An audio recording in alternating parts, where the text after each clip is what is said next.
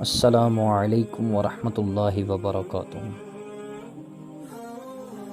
نحمدہ ونصلی ونسلم علی رسولہ الکریم، اما بعد فاعوذ باللہ من الشیطان الرجیم، بسم اللہ الرحمن الرحیم۔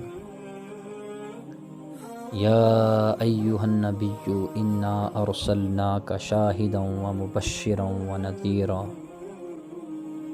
وداعیا الی اللہ بإذنہ وسراجا منیرا۔ صدق اللہ العظیم وبلغنا رسولہ النبی الکریم۔ سب سے پہلے اپنے آقا و مولا حضور پر نور سرور کائنات فخر موجودات احمد مجتبی حضرت محمد مصطفیٰ صلی اللہ علیہ وعلی آلہ وسلم کی بارگاہ عالیہ میں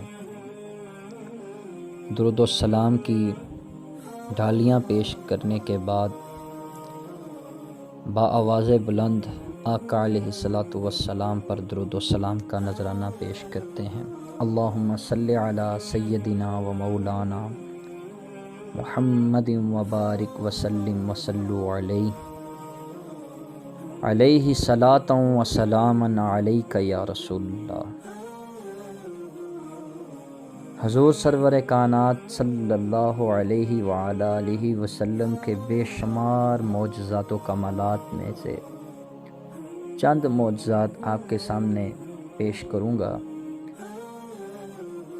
آپ سب سے گزارش کروں گا کہ آپ میری باتوں کو توجہ سے سنیں گے، اور میں اللہ رب العزت سے دعا کرتا ہوں کہ اللہ جو میں کہوں کلمۃ الحق میری زبان سے جاری کر، اور جو میں کہوں مجھے بھی اس پر عمل پیرا کرنے کی توفیق عطا فرما، اور آپ کو بھی عمل پیرا کرنے کی توفیق عطا فرما۔ ایک مرتبہ بارگاہ رسالت میں پھر ہدیۃً درود و سلام پیش کیا جائے۔ اللہم صلی علی سیدنا و مولانا محمد وبارک وسلم، صلو علیہ صلاۃ و سلام علیک یا رسول اللہ صلی اللہ علیہ وآلہ وسلم۔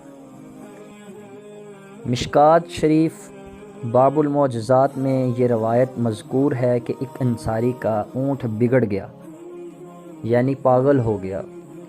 لوگوں نے آقا مولا حضور تاجدار مدینہ صلی اللہ علیہ وعلی آلہ وسلم کو اس امر سے آگاہ کیا۔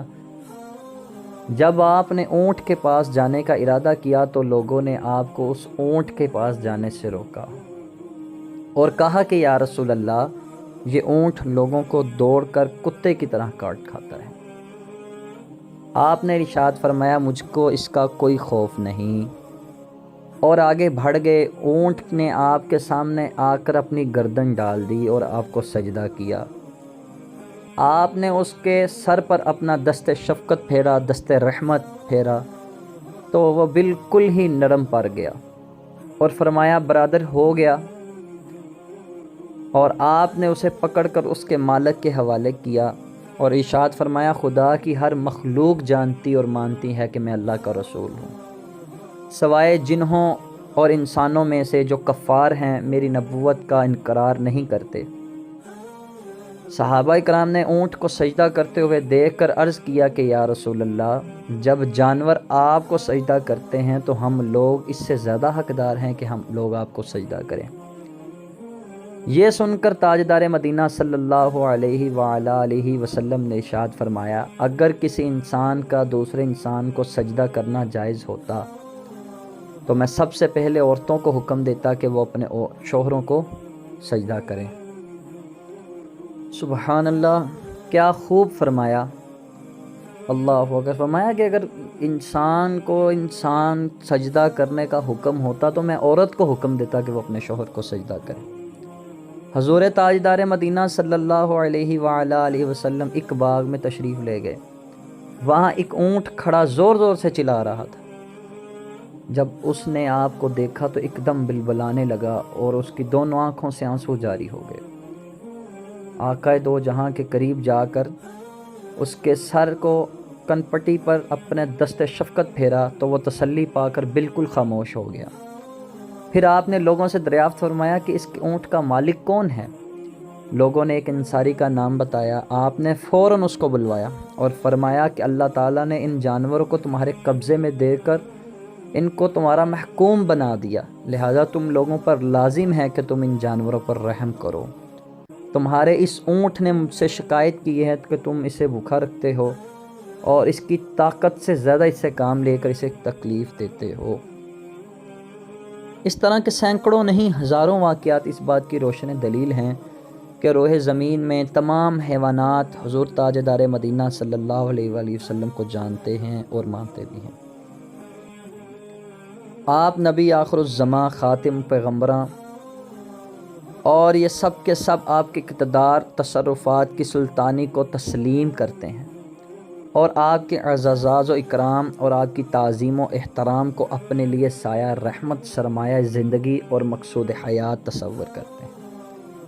کاش اس زمانے کے مسلم نما کلمہ طیبہ پڑھنے والے انسان ان بے زبان جانوروں سے تعظیم و احترام کا سبق سیکھتے اور دل و جان سے اس بات پر توجہ دیتے۔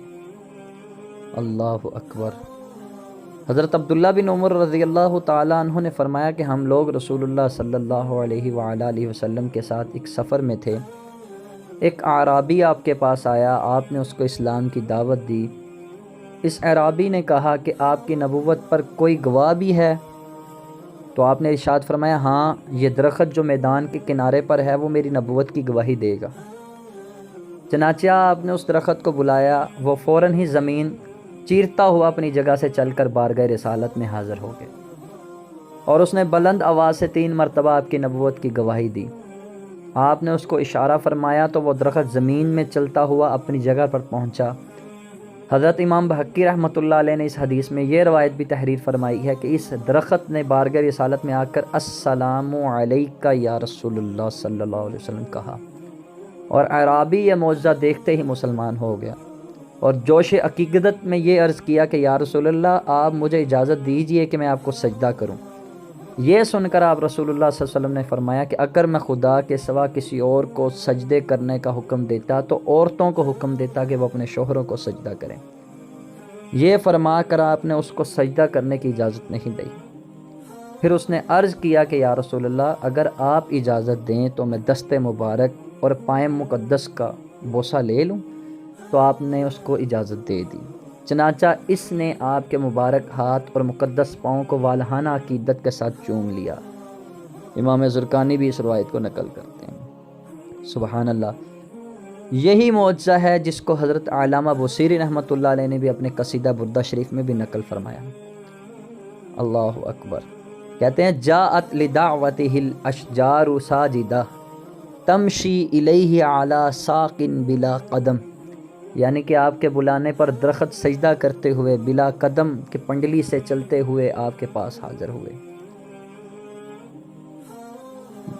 اس واقعے سے یہ بات ثابت ہوتی ہے کہ غیر خدا کو سجدہ کرنا جائز نہیں۔ وہیں یہ بھی معلوم ہوتا ہے کہ علماء مشائخ کی تعظیم کے لیے ان کے ہاتھوں کو چومنا بالکل جائز اور درست ہے۔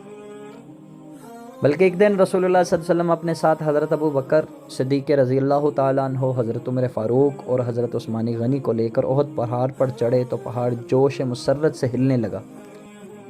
تو اس وقت آپ نے پہاڑ کو ٹھوکر مار کر یہ فرمایا کہ ٹھہر جا، اس وقت تیری پشت پر ایک پیغمبر ہے، ایک صدیق ہے اور 2 شہید ہیں۔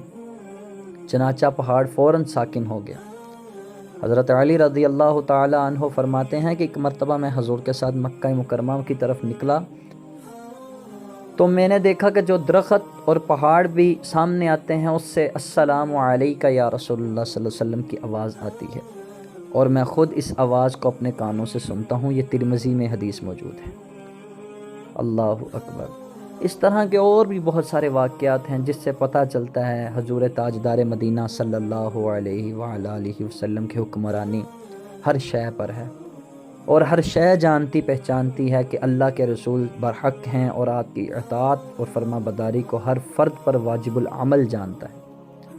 یہی وجہ ہے کہ آپ کے اشارے پر کنکروں نے کلمہ پڑھا، آپ کے دستر مبارک میں سنگریزوں نے خدا کی تسبیح پڑھی، اور آپ کی دعا پر دیواروں نے آمین کہا۔ سبحان اللہ اور سبحان اللہ، یہ ہیں کلمات مصطفیٰ۔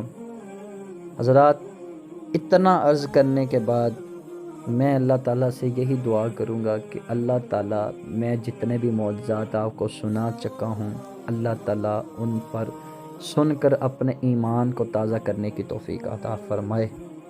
وآخر دعوانا ان الحمد للہ رب العالمین۔ السلام علیکم۔